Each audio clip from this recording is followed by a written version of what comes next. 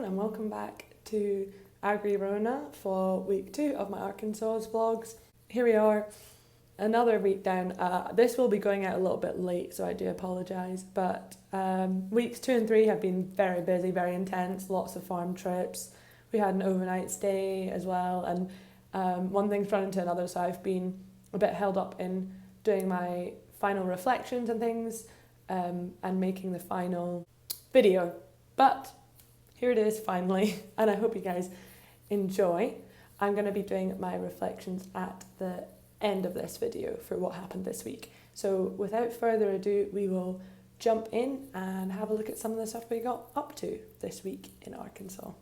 So on Monday morning we went to the Arkansas University Equine Centre where we met with Jordan, and he was showing us a bit on how they train the team cutting horses and a bit about their competitions, which was really interesting for me to see.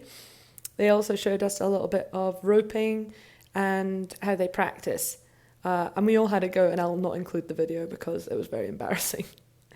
Here are some of the saddles and tack in their tack room. We then went up to the university farm and saw the cannulated cow, which is for research, so they can look into their rumen. And in the afternoon, went and just saw few more cows that belong to Dr. Miller, who's the head of the Ag Communications course here at the University of Arkansas. On Tuesday morning we went to the Tyson Food headquarters. Unfortunately we're not allowed to do a lot of filming here, but very interesting tour, learning about all they do. They do a lot of development work for McDonald's as well as production, and it was interesting to see where it came from, so that's like their first ever chicken shed. Next we went to a small craft brewery that produces both beer and quite a lot of hard seltzers. So got to look around the facility. This is their tap room. It's open to the public, and that was their bottling plant. In the evenings I've been going on runs, and this was a very, very cute little house that I passed. This is the evening sounds of Arkansas, and I'm obsessed. I will definitely miss this when I go home. On Wednesday we did a little bit of driving and saw some beautiful scenery on the way, but drove up to the auction mart. The size of some of these trailers is crazy, but here is them unloading, and these are the pens where all the cattle are held, and you notice that they've got the water jets kind of coming down to mist them and keep them cool. Here is the ring, and I'm gonna let you listen to him.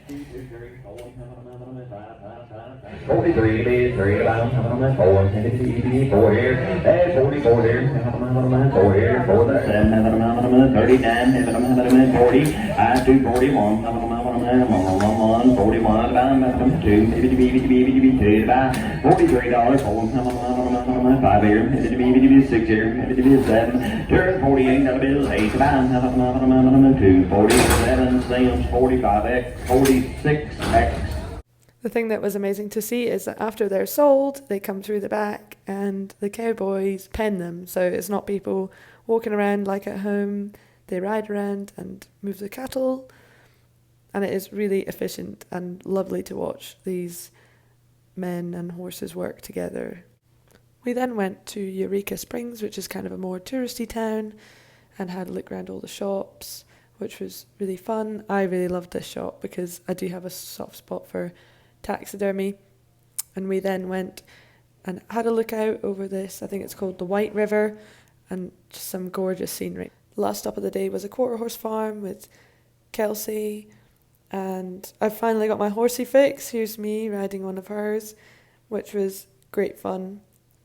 And yeah, that does make me miss my own horse, but it was nice to go and get some horsey time and get to watch her do a couple of barrels. This is what she does. She's a barrel racer and takes horses in for training for barrel racing too.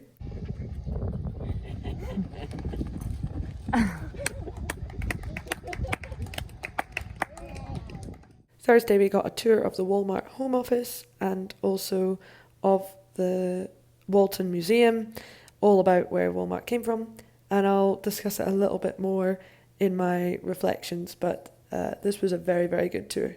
And then as part of the museum, they had this kind of living AI exhibit to speak to the man himself behind Walmart, so that was pretty cool as well. On Saturday morning, we went to a sheep show, which was definitely a lot different to our shows at home. As you can see, they actually dock their sheep's tails right off for show sheep, and that's just the done thing. They think it makes them look cleaner, nicer, and they also really encourage their leg hair to grow to make it look like they've got more bone. They are generally Hampshire and South Down Cross. At the show, I got to meet up with my pen pals friends, Madison and Walker. Walker is here dressing a doe for somebody, one of his clients. And yeah, all in all, I think the sheep look crazy, but that's just me. And outside, I got to see another big truck. In the evening, we went to Doe's for a proper steak dinner, and I got the fillet steak. It was very, very, very tasty. And I also really liked the chairs at Doe's. So I hope you all enjoyed looking into what we got up to this week. And I just want to now hop into some reflections on what I learned and what I took from this week's trips. So first off, the sheer size and scale and multifaceted nature of both Tyson Foods and Walmart. So they are both now massive companies, but both had very humble beginnings and started off just as family businesses. So the biggest thing that I found in Walmart, we went and spoke to the protein teams, so the people who are in charge of buying seafood and beef and poultry. So after speaking to them, the guy that's head of cattle is responsible for purchasing almost 240,000 head of cattle a year for Walmart, and I just think that is crazy to start with. And going on from that, Walmart in itself for employing people is just insane. They're the world's largest employer apart from the US federal government, so that's saying something. It's just crazy. The other thing that was interesting about Walmart is that they are quite keen to put more vertical integration within their system, so like having cattle at the source and having them go through their own rearing, like cow-calf operation, and then into their own backgrounding and finishing at the feedlots, rather than buying them in like straight from feedlots and processing them. So that's a bit more similar to Tyson, in that Tyson, which originally started as a big poultry brand, but now actually do more beef than poultry, they were the ones that were putting the hatching and putting the chicks in farms. So like Tyson would own all the chickens that were in that farm, and the farmer's just getting paid to be rearing them. So I think Walmart has ambitions to kind of go that way with their beef, which was quite interesting, and then they have more control over where it's coming from and the whole farm to fork story. Something I didn't know about Tyson was that they actually do quite a lot of different testing for different clients. So they have lots of sample kitchens, and some of them are for making new foods, like new packed sandwiches lines, new burgers for fast food chains like Wendy's and KFC and McDonald's, and they also have other kitchens for like shelf life testing, which I didn't realise they did. Another small thing that I found crazy this week was the way that they show their sheep. So you saw the video, they're clipped, they have their tails docked right off, which a lot of our group thought was very strange and is illegal in the UK to have sheep docked like that. They have to have at least, enough to cover their rear end.